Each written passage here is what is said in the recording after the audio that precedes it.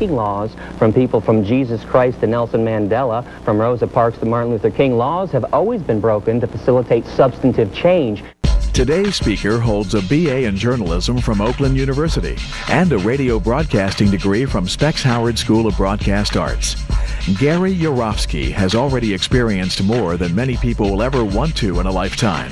He's been arrested more than 10 times and spent 77 days at a maximum security detention center, all in the name of animal rights. Gary has lectured in hundreds of schools nationwide, including the University of Connecticut, Michigan State, and Bowling Green. Author Charlotte Montgomery even included a chapter about Gary in her book, Blood Relations. Please welcome National Lecturer Gary Yourofsky. All right, good afternoon, everybody. My name is Gary Yourofsky. Please take a moment and jot down my email address and my website in case you want to contact me later on. Today we're going to talk about the world's forgotten victims, animals, and the world's oldest and strongest addiction, meat. I'm going to challenge your belief systems today, so certain parts of the speech will be intense. But let me start with a quick disclaimer. I am not here to be your enemy. The views expressed today do not necessarily reflect the views of your professor or this institution. I am not trying to take you away from your religion. No religion mandates meat eating. The golden rule states, do unto others as you would have done unto yourself. Animals qualify as others. And thou shalt not kill. The four most important yet most ignored words in all religious teachings. There's not an asterisk next to that commandment saying, unless you walk on all fours, have fur, feathers, horns, beaks, or gills. You can keep your friends, your politics, and your patriotism, still watch your favorite TV shows and listen to your favorite music, even if it's Ted Nugent. I'll be making some sarcastic yet truthful comments throughout the speech. Please feel free to laugh while I'm being sarcastic. Just don't laugh during the serious parts. Now I'm going to speak for around 65, maybe 70 minutes, but then we'll do a Q&A session after for about a half an hour, so hold your questions until then. In the meantime, I have some rhetorical questions for you. Is slavery, owner, victim, profit, domination, exclusive to the human race? Have blacks, Jews, women, and children been the only victims of this atrocity? Have not cows been enslaved? What about pigs, chickens, turkeys, fish, sheep? If they're not enslaved, then what are they? Free? Can slavery have a victim that is neither human nor animal? Have not the oceans, the forests, the earth itself become victims of ownership too? And what about a slaughterhouse? House of slaughter. Slaughterhouse. Do you really think there's such a thing as humane slaughter? Exactly what is your definition of humane? Besides psychological and physical abuse, torture, dismemberment, and murder, what else do you think happens to animals inside of a slaughterhouse? You think they get belly rubs and tushy slaps? And if you think there's such a thing as humane slaughter, I'm curious, do you also think there's such a thing as humane rape? Humane child molestation? Humane slavery? How about a humane Holocaust? In fact, what is your definition of a Holocaust? Is it a massacre of human beings? Or a massacre of innocent beings? I thought it was innocent, which brings us to the biggest Holocaust massacre of all. Every year in America, without mercy, we murder 10 billion land animals and 18 billion marine animals. Not for health, survival, sustenance, or self-defense. People eat meat, cheese, milk, and eggs for 4 reasons. Habit, tradition, convenience, taste. I want to define a word that might be new to some people right now, and it's vegan. It's up there on the screen, V-E-G-A-N. Vegans, like vegetarians, do not consume the meat of any land or marine animal. Vegans, however, unlike vegetarians, also refrain from eating cheese, milk, eggs, honey, or any animal product whatsoever. We also don't wear animal skins, no fur, leather, wool, silk, or down. Now I want to let y'all know that I was not raised vegan. I ate meat, cheese, milk, and eggs for around 25 years. I used to wear leather shoes and belts and jackets like everyone else. In fact, around 20 years ago, I even owned a fur coat. Needless to say, I understand your lifestyle. It used to be mine. And for people involved in politics, let's get this out of the way right now. I am not a Democrat, an anarchist, or some hippie with a closet full of tie-dye shirts. I'm not a Republican, a socialist, or a fascist. I'm an activist. Root word is active. I've been banned from 5 countries so far and arrested 13 times for random acts of kindness and compassion on behalf of my animal brothers and sisters. If you want to read up about that, check out my website. And today, I would love to give you a chance to actually do something and truly get involved. Because I understand a lot of people want to get involved. Honestly, I do. But putting a coexist bumper sticker on your car, wearing a "What Would Jesus Do" bracelet, or sporting a peace and love and sunshine t-shirt, that is not getting involved. I understand that we're all on a journey in life. We all have different likes and dislikes, different nationalities and religions too. But there's one thing that we need to have in common with each other, and that's peace. Genuine compassion and genuine peace for our planetary companions. Contrary to political and religious dogma, animals do not belong to us. They are not commodities. They're not property, and they're not inanimate, stupid objects who can't think and feel. That Descartes Cartesian way of looking at animals like they're machines, it is outdated and, quite frankly, 100% insane. Because if we all understand that animals can use their eyes to see, ears to hear, noses to smell, mouths to eat, legs to walk, feathers to fly, fins to swim, genitalia to procreate, bowels to defecate, I'm always perplexed that most people don't believe that they can also use their brains to think, feel, be rational, be aware, and be self-aware. Am I supposed to believe that every body part on an animal functions just like it's supposed to? Except the brain? Those lies are thick. The propaganda from the animal abusers is enormous. I mean, when was the last time you turned on TV and saw a commercial for shiitake mushrooms? People singing and dancing down the streets, having a good time, eating mushrooms. How about alfalfa sprouts? Quinoa. It's a seed.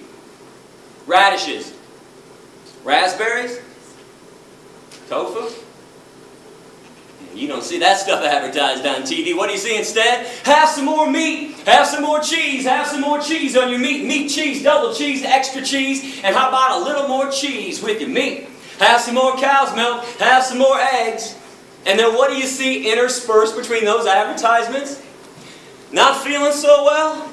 Need to see a cancer specialist? How about a heart doctor? Need some Lipitor, Zocor, Crestor, Plavix? Need some diet pills? How about some energy drinks? Some Kaopectate, Tums, Pepto-Bismol. You've been duped. They're killing you, they're killing the animals, and they're killing this planet. And those blinders are on nice and tightly. But if you give me an open mind today, that's all I ask for, an open mind, I'm going to take your blinders right off. My goal is simple. All I want to do is reconnect people with animals. awaken some emotions and some feelings and some logic that has been buried and suppressed intentionally by our society. And the reason why I say reconnect, it's because each and every person in this room used to be a real animal rights person at one time, a true animal lover, and a real friend of the animal kingdom. And it's when we were kids. When we were young, when we were kids, man, we used to be in awe of animals. They used to make us laugh and giggle and smile. They made us pretty happy. And there was a time in our lives when we would do just about anything in the world to make them happy as well, to protect them from cruelty, or to at least acknowledge the cruelty they were receiving. I mean, if somebody was mean to an animal in front of us when we were little, we would have screamed and cried. And that's because we all used to understand right from wrong when it came to the treatment of animals, until somebody told us and taught us differently. You better believe somebody told us to ignore their suffering, to mock and excuse their pain and their misery, to make fun of their very existence. And this is something I want you to focus on today, tomorrow, and beyond. What in the hell happened along the way? Who taught us to be so mean and nasty and vicious and hateful, or indifferent towards animals when they used to be our friends? These are innocent beings who have done nothing wrong to us. Because I'm pretty sure we can all agree in at least one thing right now, that hatred in its purest form is a learned behavior. Racism, sexism, heterosexism, anti-Semitism, misogyny, these are all learned behaviors. When kids are 2, 3, 4 years old playing on a playground, they could care less about the color of their friend's skin or the religious background. I don't think there's any doubt that hatred in its purest form is learned. So speciesism is no different.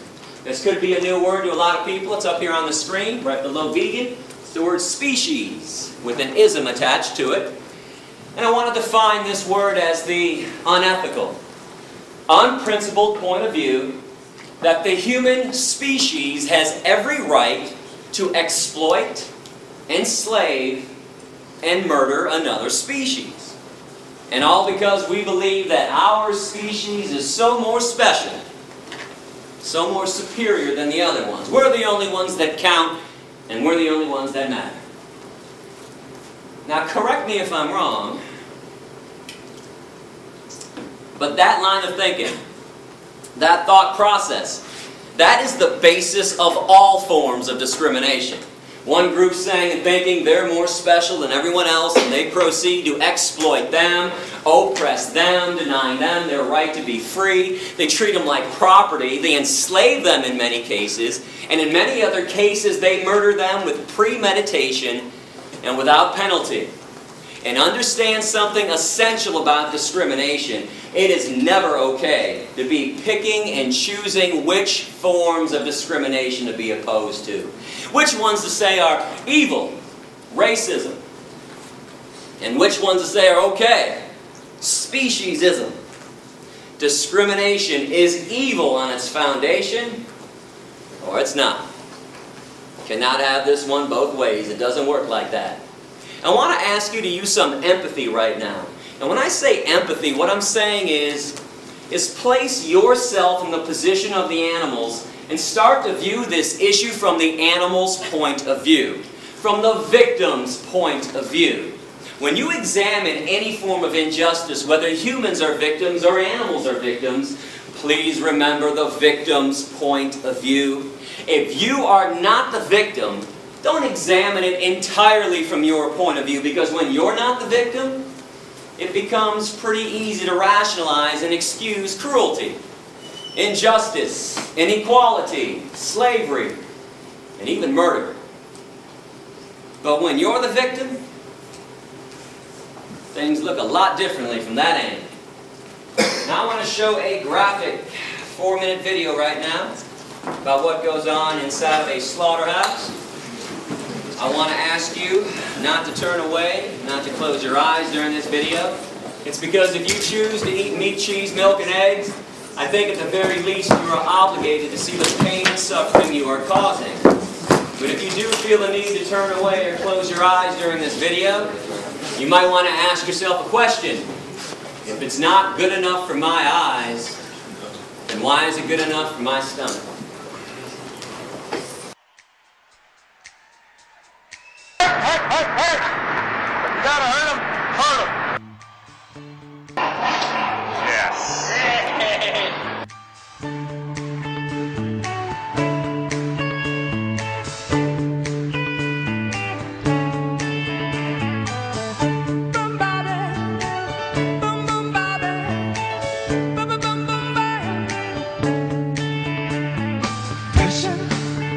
Pushing down on me, pressing down on you. No man has fallen under pressure. It burns a building down. It splits a family in two. Puts people on streets. Boom ba ba ba, boom ba ba ba, ba ba.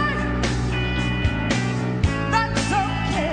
It's a terror of knowing what this world is about. Watching a good friend screaming, let me out. Pray tomorrow takes me higher. Pressure on people on streets. Da da da. Ba ba da da da. Okay. Jumping around, kick my brains across the floor. These are the days that never rains, but it pours by. Ba ba da ba. Ba ba da ba ba. People on streets. People on streets. It's the terror of knowing what this world is about. Watching a good friend screaming, let me out. Pray tomorrow takes me higher. Pressure on people on streets. Turn away from it all like a blind man. Sat on the fence, but it don't work. Keep coming up with love, but it's so slashed and torn.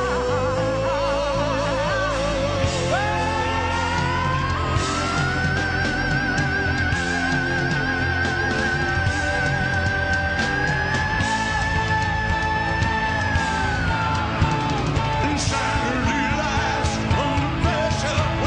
Why can't we give love one more chance? Why can't we give love now one more chance? Why can't we give love, give love, give love, give love, give love, give love, give love?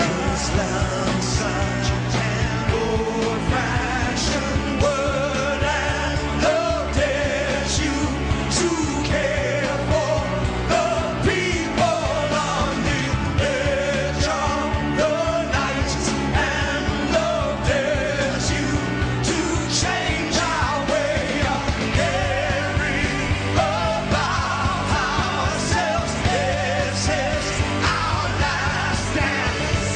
This is our last dance. This is ourselves under pressure. Under pressure. Pressure.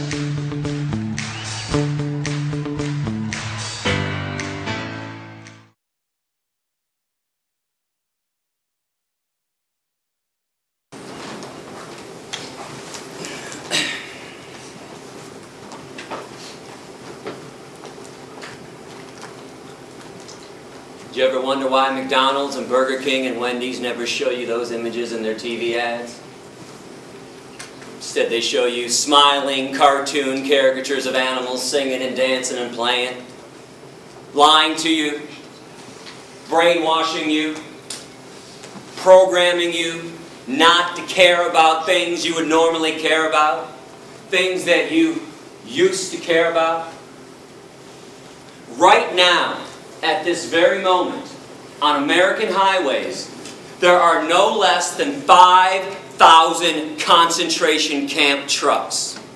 Trucks that we've constructed. Inside these trucks, there are living, terrified, innocent beings. Cows and pigs and chickens. These trucks are being driven to concentration camp slaughterhouses that we've carefully constructed all across America. When the trucks arrive, the animals are so frightened, they won't even get off the truck. They're not stupid. They know what's next. So people go on the trucks with electric prods and force them to walk down the chutes to their own death. Or if the animals are small enough to manhandle like chickens, we'll just grab them off the trucks and toss them inside. Inside, these innocent living beings are hanged upside down, fully conscious. In other words, they go in alive against their will and come out chopped up into hundreds of pieces. But you know what's more insane than that? Meat eaters. Walking around like their lifestyle isn't causing any harm. Like it's normal and natural to be consuming violence and death. How would you feel if the day that you were born, somebody else had already planned the day of your execution? That's what it's like to be a cow, a pig, a chicken, or a turkey on this planet. I think this type of behavior is inexcusable and unbecoming of a species that claims to understand right from wrong. The animals have not done one single thing to us to deserve the wrath and the cruelty that we hurl on them. And I hope y'all understand what I'm offering you today. When you hit the door after my speech, are you aware that for the first time ever, you can now directly participate in ending a massacre? Instead of sitting around and paying lip service to all the massacres and all the problems that are always going on this planet. What is so frustrating to me when I travel this country, doing around 250 lectures every year to some 7,500 students, is that everybody talks a good game.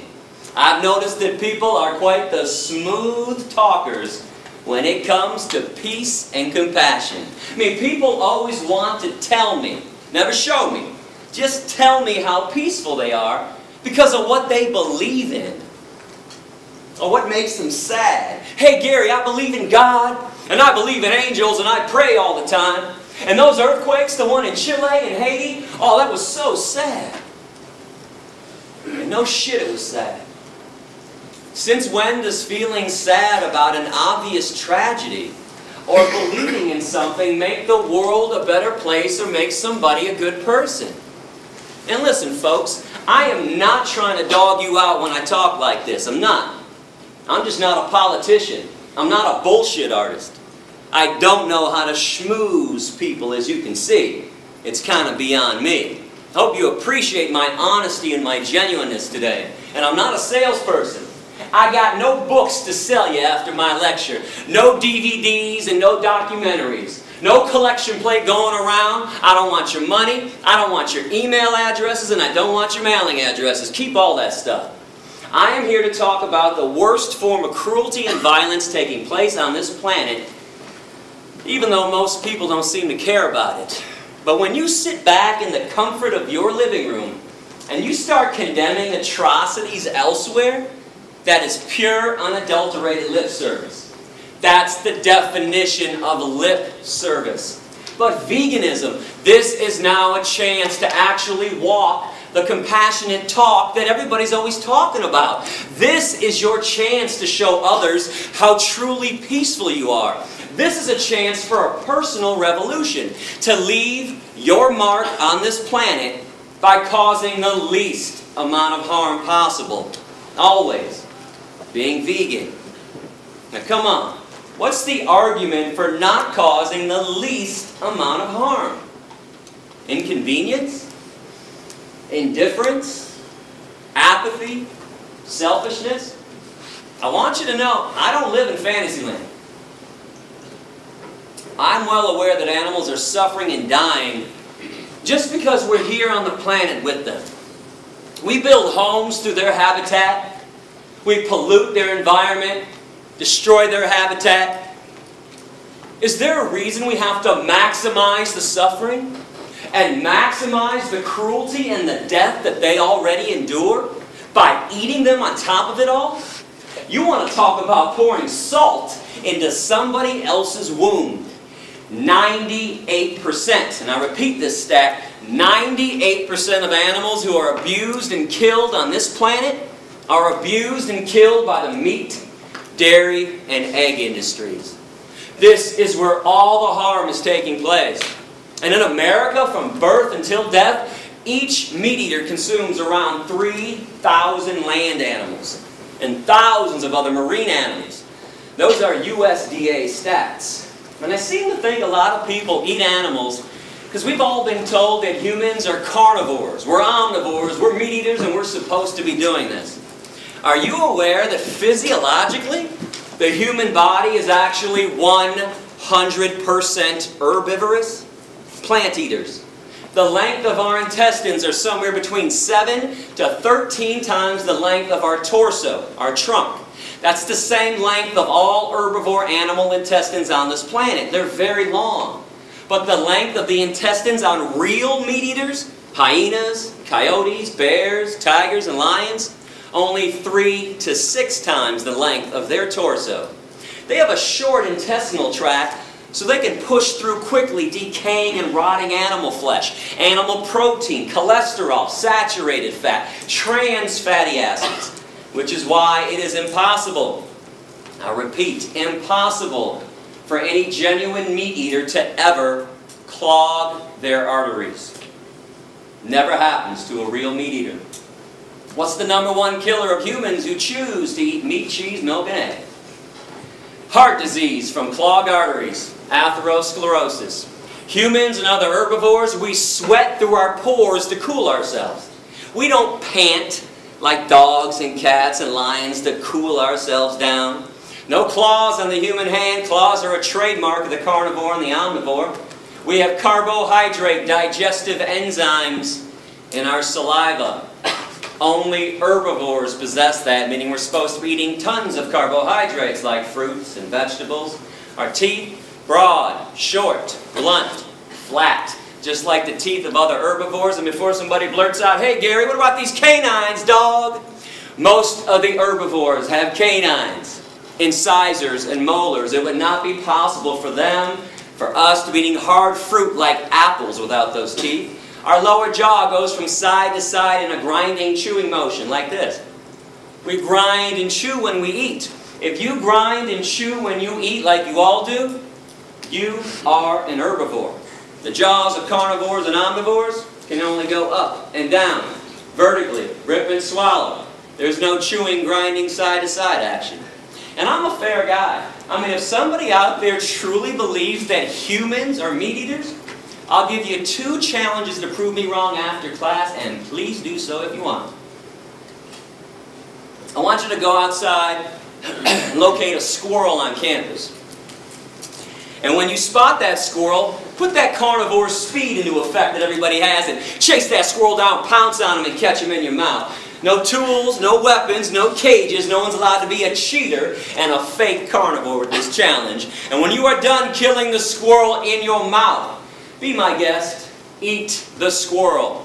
Eyes, nose, face, toes, tail, anus, inner organs, blood, fur, and don't forget about the brains. You don't get to pick and choose which body parts you want to eat, and you don't get to cook it either. If people want to be real meat eaters, I'd love to see people eat raw flesh from the bone, down to the bone, with nothing left but the bones, day after day after day. And challenge #2, find a 2-year-old child. Place the child in a crib. In the crib, put 2 things: a live bunny rabbit and an apple. If the child eats the bunny rabbit and plays with the apple, send me an email, would you? Let me know, because I'm going to come back and buy everyone in this room a brand new car if that happens. Benzes and Beamers, leather interior too. In fact, next time I'm at Georgia Tech, if that happens, I will eat a steak sandwich in front of everybody. Chase it down with a chili dog with extra cheese, a bucket of ice cream, and a bag of beef jerky too. And I'll take the jerky and I'll dip it in the ice cream and eat it like that. Now I would not hold my breath on these promises, not that I won't fulfill them, I'm a man of my word, but those things cannot and will not be happening because humans also possess 0 carnivorous instincts. 0 omnivorous instincts when we're born young and growing up. We're all born vegan. We just acquire a taste for meat, cheese, milk, and eggs after they're forced down our throats during childhood. Now, all I'm asking you to do is something normal and natural anyways. Eat what comes from the earth. Every vitamin, mineral, and nutrient that exists, protein, calcium, iron, potassium, all the B vitamins, they have an original source and it ain't the animals. You are aware that people eat animals after the animals have already eaten from the earth. People eat cows after the cows eat up the grass, some of the soil. Then we ship them to a feedlot, feed them most of our corn, wheat, oats, and soy. Then we take more of the corn, wheat, oats, and soy, shove it down the throats of pigs and chickens and turkeys. Stop filtering your nutrients through somebody else's body. It's illogical and irrational. Go to those sources directly. Fruits, vegetables, nuts, seeds, grains, legumes. These things cannot harm you, cannot cause a disease, and more importantly, they harm no one else in the process. But when we consume what walks, what flies, and what swims, that is abnormal. Where does everybody think diseases come from? Broccoli? Asparagus, kale, collard greens, blueberries, raspberries, strawberries, peaches, nectarines, grapes, bananas, avocados, onions, tomatoes, cucumbers, spinach. And in case anyone's wondering about those pesky little E. coli salmonella contaminations a couple times a year with the vegetables, let's keep in mind the one and only source of E. coli and salmonella: shit. Human shit or animal shit. Spinach doesn't shit. Broccoli doesn't shit. Peanuts don't shit. Let's stop blaming the plant products when there's an E. coli salmonella contamination. That's the fault of a meat-eating society. Why? Well, meat eaters want billions of land animals to eat, so we have to mass produce billions of land animals. Keep in mind, this has nothing to do with God, nothing to do with evolution anymore. This is a business. This is Smithfield, ConAgra, Purdue, Tyson, McDonald's, Burger King, Wendy's, KFC. That's why we have animal agriculture classes in college. So when we mass produce billions of land animals, they have trillions of tons of manure. That stuff gets in the waterways, and then there's runoff onto the crops, or they're putting feces-contaminated water directly onto the crops. But all of our main diseases, heart attacks, and strokes. Most of the cancers: prostate cancer, colon cancer, breast cancer, pancreatic cancer, ovarian cancer, kidney disease, diabetes, osteoporosis, high blood pressure, obesity, asthma. 4 main factors that cause them. Now, I know about other factors. I'm not saying that you can't get sick elsewhere. Of course you can. Smoking, drinking, stress, chemicals in the environment, high fructose corn syrup, Twinkies. I know about the other things that can lead to an ailment, but the 4 main factors are found inside of meat, cheese, milk, and eggs. Cholesterol, saturated fat, trans fatty acids, animal protein. And I repeat that last one that nobody wants to hear about: animal protein. But when you go vegan, did you know that you eliminate cholesterol entirely from your diet? You can only get cholesterol from meat, cheese, milk, and eggs. And your body makes cholesterol on its own. That's the only such thing as good cholesterol. If you bring it in from an outside source, it's automatically bad cholesterol. You can take out around 95% of saturated fat when you go vegan, and you can take out all the naturally occurring trans fatty acids too. Keep this in mind: between 2 to 9% of all meat and all dairy naturally comprised of trans fatty acids. And you can obviously take out all of animal protein. Now, animal protein is way too acidic for the human body. We don't process it properly. It is the main reason why 1 in 3 meat eaters continually get cancer. And it's one of the main causes of osteoporosis. Were you aware that when animal protein enters the human body, it makes our blood acidic instantaneously? But our blood can't stay acidic for long or else we die. So our body has to figure out instantly how to neutralize the acidity. I have some good news and some bad news. Let's start with the good. Our bodies have figured out how to neutralize the acidity. Bad news. There's only one way to make it happen at this point. With phosphate. There's only one source of phosphate in the human body. Bones. Just so you know, our bones are comprised of 2 things. Calcium phosphate, and they're binded together. So our body leaches calcium phosphate out of the bones, takes the phosphate to neutralize the acidity, and then we pee out the calcium. This is why every single epidemiological study, those are the ones done on human populations, every single one shows that societies that consume the most amount of animal protein have the worst rates of osteoporosis, bone fractures, and cancers. While societies that consume little to no animal protein, the vegan and vegetarian ones, Hindus, Buddhists, Jains, Rastafarians, Seventh-day Adventists, have little to no rates of osteoporosis, bone fractures, and cancers. And so we don't get into a debate during Q&A about different medical studies that are out there. A lot of times when people know I'm coming to class in advance, boy, they'll spend a few hours online looking up studies, print it out, wait for Q&A, and go, hey, Yourofsky, I got a study here that contradicted everything you told us today. What's up with that? Well, here's what's up with that. You don't need a medical study to show you what people are dying of. But for the record, every study you can produce showing that humans need meat, cheese, milk, and eggs, I'll produce 2. 2-to-1 ratio, showing that meat, cheese, milk, and eggs are responsible for every major disease.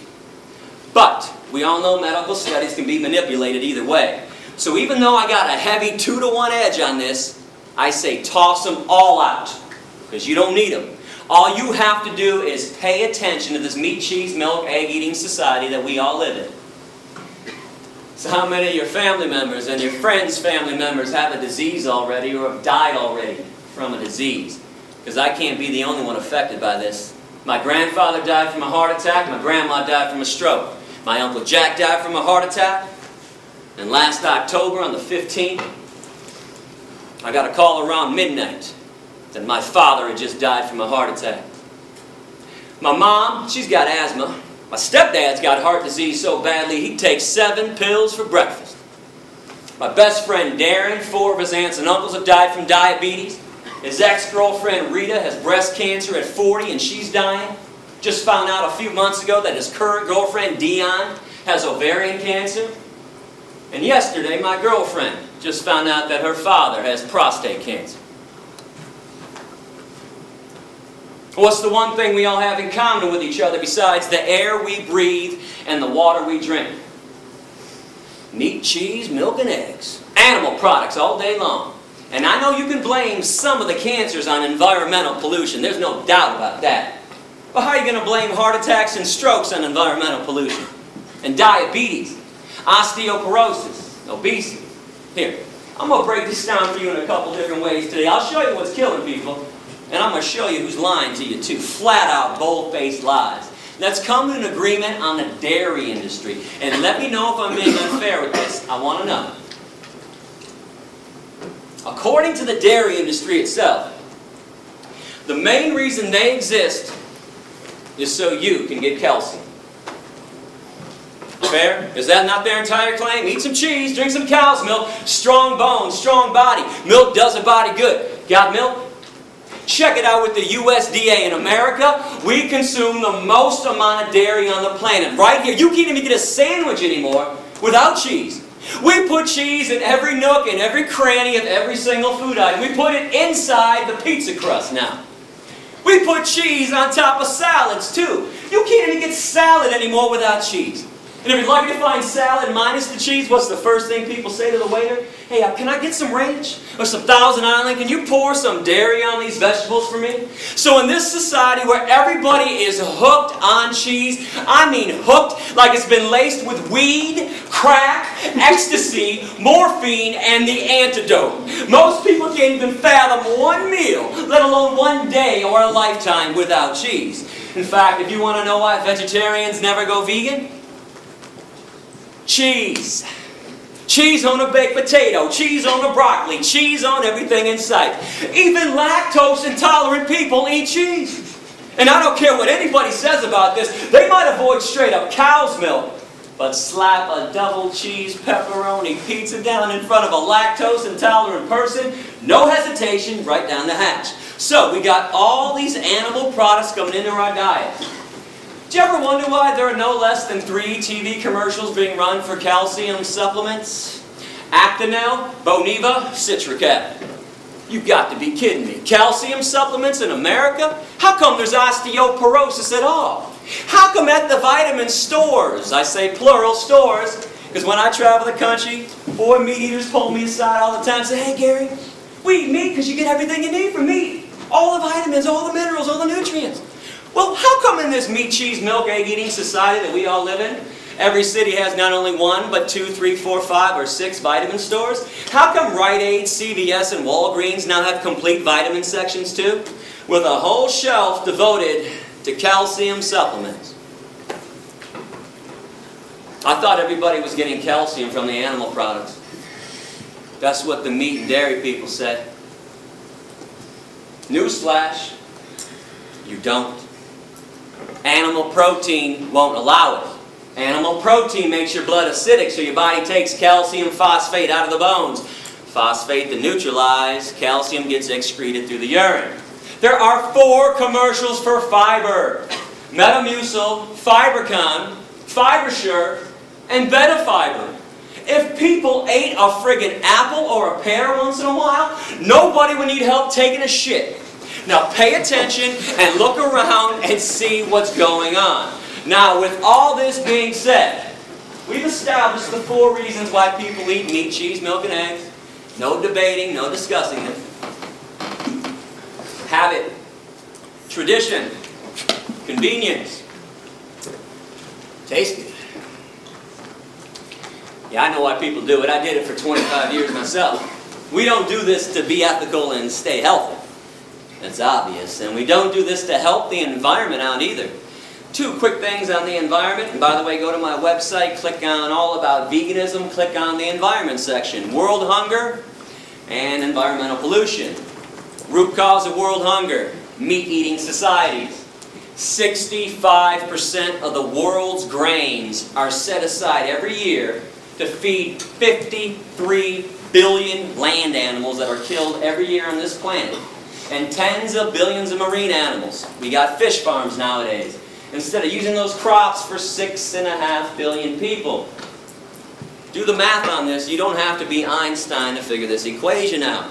And again, environmental pollution, air pollution, water pollution, deforestation, greenhouse gas emissions. Number 1 cause is animal agriculture. Now I want to get back to taste good though, because I think meat tastes great. It might shock you to hear me say that, but if you're doing some kind of extra credit essay on my speech and you want to quote me right now. I love the way meat tastes. Love it. Cheese, love it. Cow's milk and eggs, love it. Guilty as charged. I did not stop eating this stuff because of a taste issue. I stopped for ethics, morality, decency, compassion to the animals that I share this planet with. But here's the coolest thing about being vegan in this day and age. It's never been easier. You can have the same smell, taste, and texture of meat, cheese, and milk without it. Nobody has to suffer and die for dinner anymore, including you. They make all the products you like to eat in a vegan version.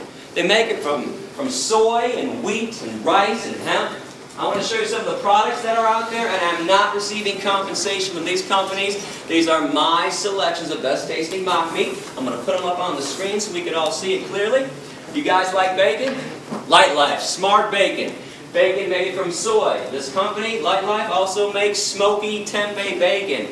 Now, tempeh is a fermented version of soy, so it tastes a little different than the other stuff, but keep in mind, I would not recommend products to you if they didn't taste fantastic. I am trying to win you over, so you go veg. I'm not showing you every product we have. Some of our products suck. I'm showing you the best of the best. And when I say some of our products suck, don't act like there aren't shitty Chinese restaurants, nasty pizza places, and disgusting hamburger joints, okay? It works both ways. If it's made great, no matter what it is, it tastes great. If not, it's going to stink. Light Life also has soy chicken strips and steak strips as well. They also have a full line of deli meats. Turkey, bologna, and ham, and you cannot tell the difference by sight, taste, or texture. A small company called Melissa's has chorizo, vegan chorizo. Energy bars, like Cliff bars, Luna bars, and a new bar just came out called Pro Bar. Might not have seen that one yet. They're all vegan, and many other companies have a vegan energy bar as well. Now remember, when you go veg, you don't give up anything.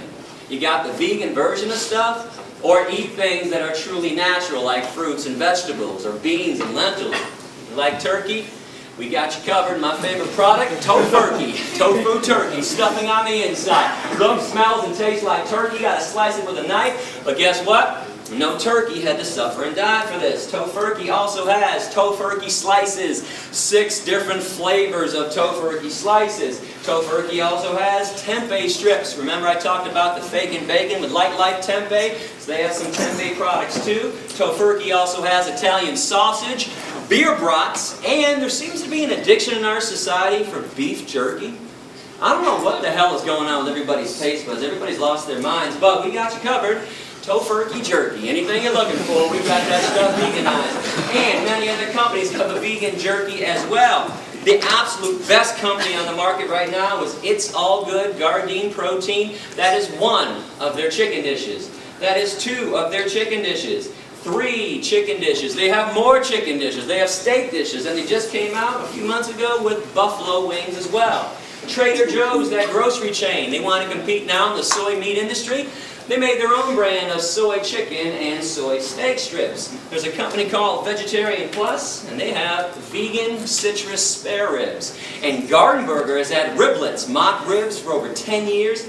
I can't tell you how many of my meat-eating friends and family members I flat out fooled with this stuff. And this company also has shrimp, kung pao chicken, orange chicken, and tuna rolls as well. Now I mentioned wheat meat earlier. I don't think people really understand what it is. There's actually a name for it. It's called seitan.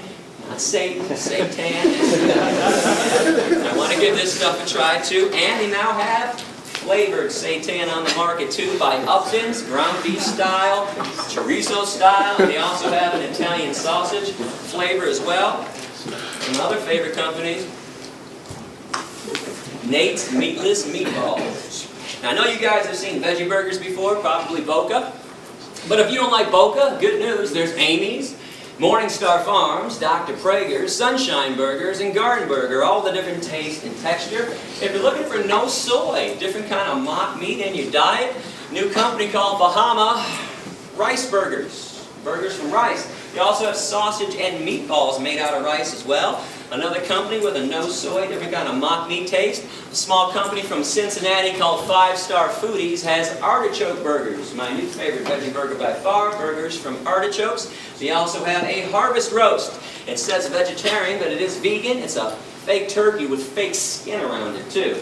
Now Amy's is on the market. I know you've seen her stuff. She's got a ton of stuff, but keep in mind most of her stuff is only vegetarian. Still has eggs and cheese and other animal byproducts in there, but one of her vegan stuff, tofu scramblers, a fake egg, a Hot Pocket that actually tastes good and it's good for you too. Amy's also has rice macaroni with diet cheese, a brand new vegan cheese on the market, diet cheese, which you can find in Whole Foods right now. Comes in 2 different flavors. A lot of people are going crazy for the diet cheese. I still like Follow Your Heart, which has 4 different flavors of vegan cheese. Comes in a big block and it melts. Now sometimes you got to be creative with this stuff. Light Life also has vegan pepperoni, which is ready to eat directly out of the bag. If you get some of this vegan pepperoni, Buy yourself a tofutti pan pizza with tofutti soy cheese on it. Tofutti also has cream cheese, sour cream, and ice cream as well. Before it goes in the oven or after it comes out of the oven, slap some pepperoni on there, you got yourself a pizza. Remember, there's soy milk and rice milk, almond milk, hemp milk, coconut milk, oat milk, hazelnut milk, 7 vegan milks on the market. There's soy ice cream, rice ice cream, almond ice cream, and coconut milk ice cream and ice cream bars by So Delicious. And let me just say this, you have never in your life had ice cream till you've had the coconut milk ice cream by So Delicious. If you go to my website and click on Veg Shopping Guide, I have taste tested everything for you in advance. Check out the brand names I recommend. I can assure you I eat nothing nasty. And what about ethnic food, Indian food, Middle Eastern food, Mexican food? Plenty of veggie options there. Italian food, pasta and spaghetti. And real pasta, real spaghetti, just like bread, never requires animal products. Now, unfortunately, we've defiled these products, so you always have to ask or check out the ingredient list. But every Italian joint has at least 1,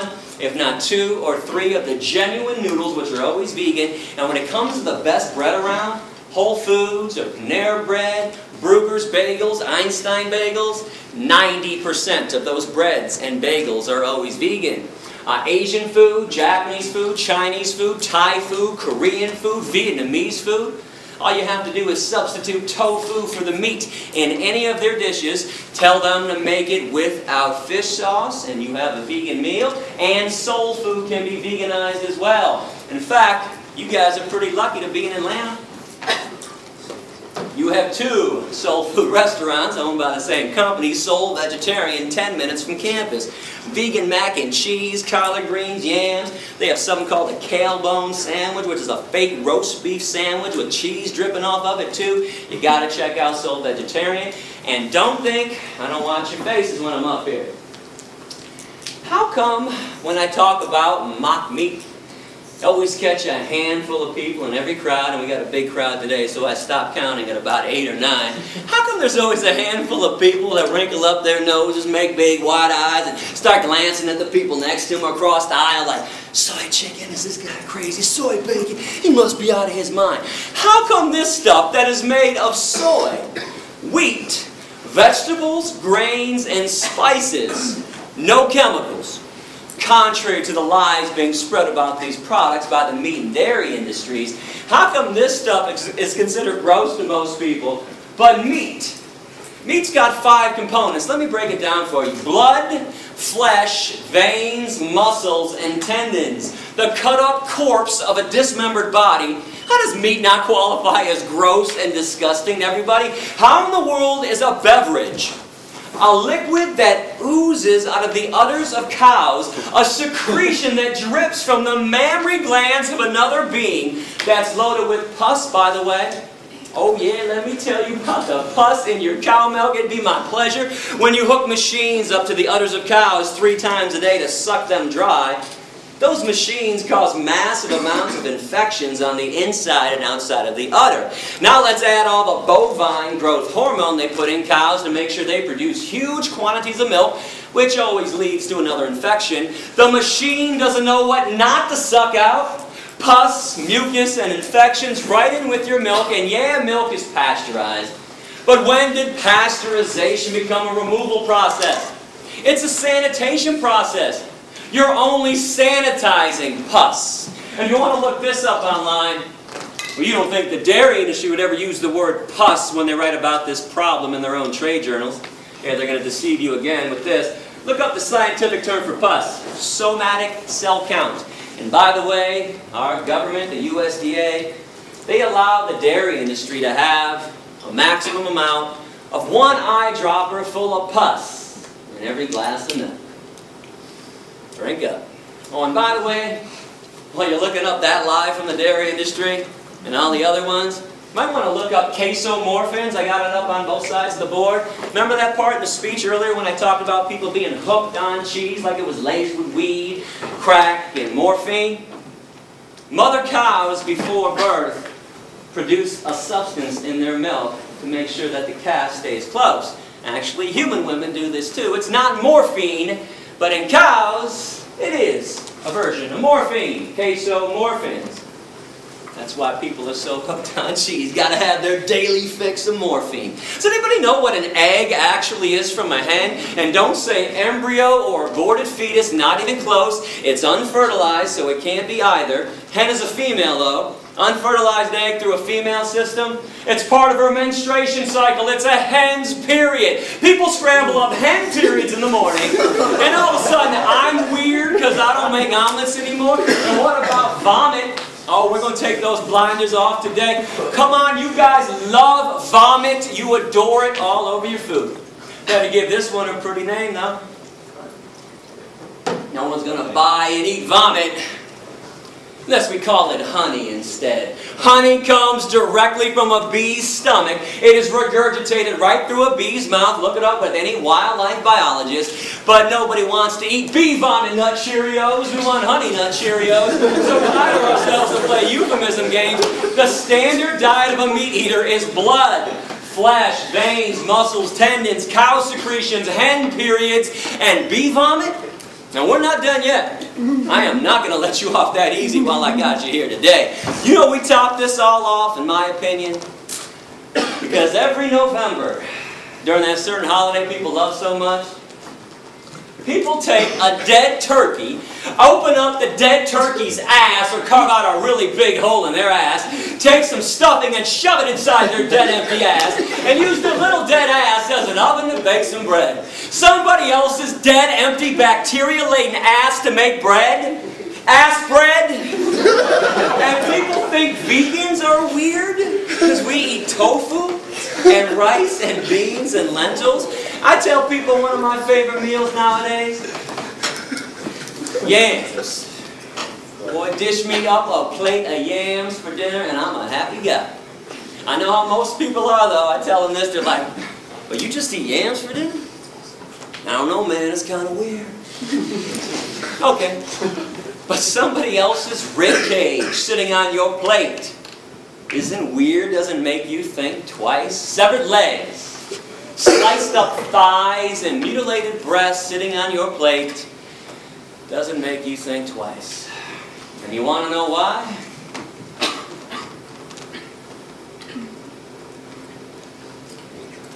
Those blinders are on nice and tightly, aren't they? And I bet most of you were perturbed at me when the speech began and I accused everybody of having blinders on. I am not here to be your enemy. I am here to call you out, though. You might have had a pretty good excuse before I got here of being uninformed and misinformed. Okay. That's fair. Honestly, well, I was the same way for a long time. I'm kind of curious, though. What's the excuse now? You got a choice today.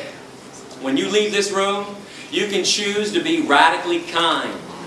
Never to intentionally harm another animal for breakfast, lunch, or dinner ever again. And these creatures have never harmed you, violated you, or taken advantage of you in any way, shape, or form. The least you can do is return the favor. Or you can stay radically cruel. Keep the status quo as is. Make sure animals have no freedom. Make sure they never experience one drop of human kindness. Make sure their babies are stolen from them. Make sure their beaks are sliced off, their horns are cut off, and their testicles ripped out. Make sure there's a knife in their throat every second of every day for eternity. I really hope you'll make the right choice. I want to wrap this speech up so we can do our Q&A session. Give me about 6 more minutes to say something on the dairy industry as it pertains directly to cows. We talked about the pus in cow milk, which is gross. We talked about the unhealthiness of consuming dairy products, but we have yet to focus on what the cows are going through. Keep in mind, veganism isn't about your health. That would be selfish. I'm trying to get people to be unselfish for a change, to be altruistic, do something kind for somebody else, and when you do that, don't expect something in return. But when it comes to cruelty, I think there's more cruelty in a glass of milk than a steak. I want to make my case visually and verbally. You're only the 11th class to see what I'm about to show, because this just went down a few months ago in Plain City, Ohio, at a mom and pa dairy farm.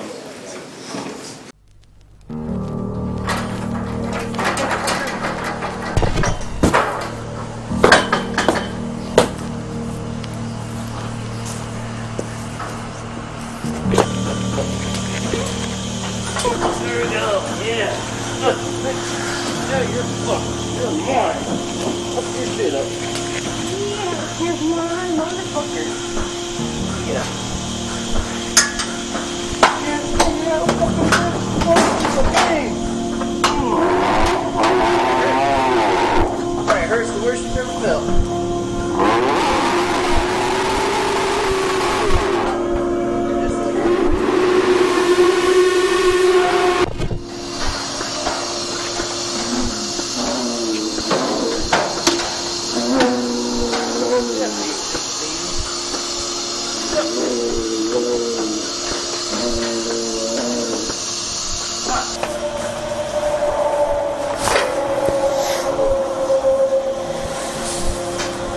Oh, you're a boiling one right here.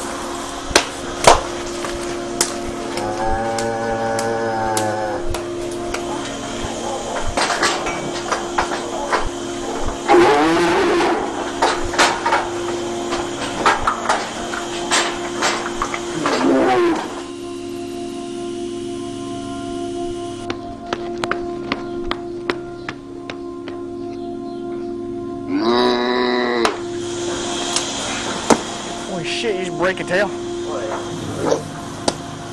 Stand the fuck still, fucker. I get going, it's just like, oh, this feels good, we'll keep fucking it.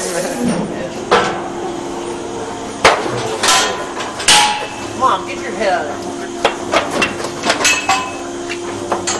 We beat the fuck out of this cow. We stabbed her, broke her tail, kept stabbing her ass, beat her. Next day, Gary said we're gonna send her a beef because she had mastitis power. Couldn't get her in the parlor. We beat the fuck. I mean, I drug that cow to a barn baby and I beat that fucker till her face was like this big around.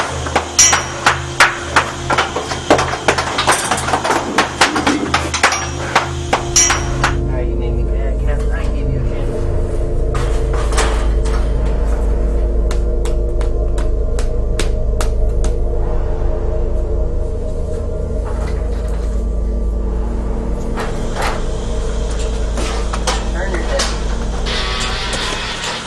Turn your head, fucker.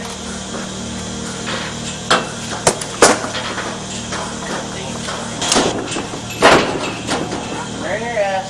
Turn your ass. Come on. Oh. Fucking tired of this cat.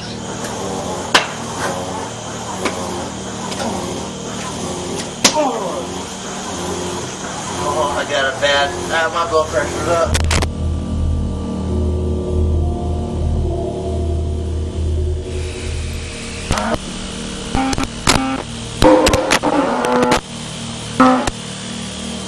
If I don't think they're feeling any pain, I just keep going until the cow's like, oh. I'm like, yeah, that's better.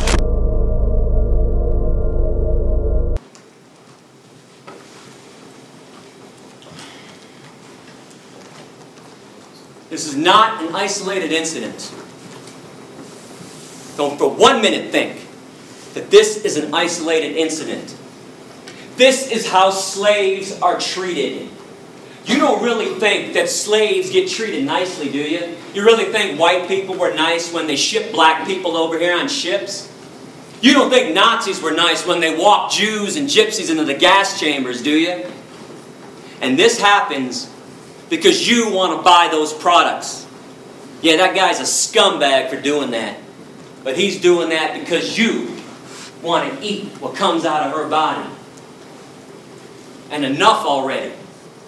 You're not a caveman and you're not a cavewoman anymore. Stop acting like Neanderthals. This is 2010. Give it up. It's not cute and it's not funny. Because animals are being abused. It is not your right And it's not your freedom to do this to them. You don't get to have freedom when somebody else doesn't. That's a violation. And if you wonder why vegans get so upset sometimes, like I am right now, you just saw some of it. Every time we show up at a farm, somebody's punching, kicking, and stabbing somebody. And something else that I'm curious about, how come when I show videos like this of people punching and kicking animals, people are more upset with that than when they shove a knife in their throat? So even if you find a farm where they're not punching and kicking, when they shove a knife in their throat or put a bullet between their eyes, how is that not cruelty? Did you know that 90% of hamburger meat in America comes from the dairy industry? When cows no longer give huge amounts of milk after 3 to 7 years, slaughterhouse, no exceptions. If ever given a chance, cows can live to be 18 to 25. And cows are like all female mammals. I am not trying to talk down to you when I speak about animal issues. It's just that people don't think that animals go through the same things, the same emotions that you go through, that we all go through. In order for a female mammal to give milk, she has to be pregnant. Every year, every cow on every dairy farm is raped. A long steel device shoved in their vaginas to inject them with bull semen, or sometimes they use a bare hand. This forces the milk flow. And after she gives birth, babies are stolen. And let me tell you something, the worst scream I have ever heard, and I've heard them all firsthand. When I started finding out about this stuff, a little over 15 years ago, I was like everybody else. I didn't believe it was that bad. I thought everybody was exaggerating. But unlike everybody else who just blows it aside, brushes it off, I actually went to see what was going on. I spent 6 weeks at Thornapple Valley Pig Slaughterhouse in Detroit in 1993. I broke into animal research laboratories. I broke into fur farms. I went behind the scenes of every circus and every rodeo that ever came through Michigan. Worst scream I've ever heard.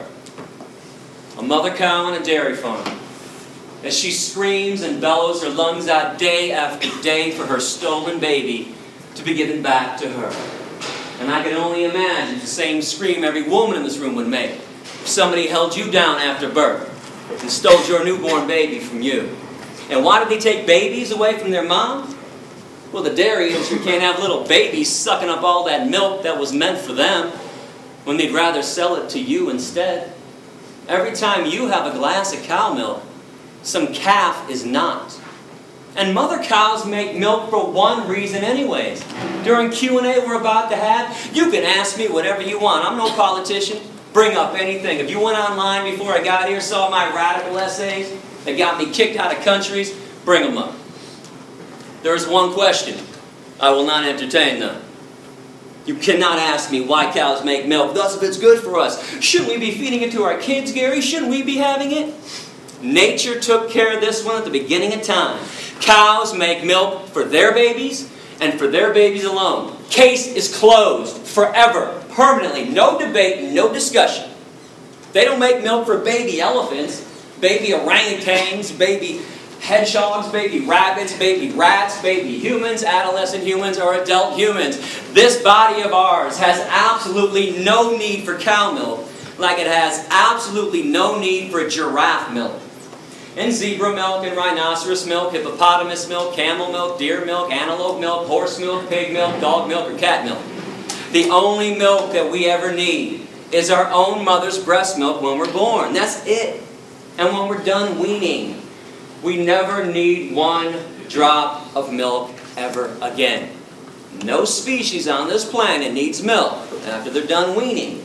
But if you want to include some kind of milk in your diet like I do, let me reiterate the good news.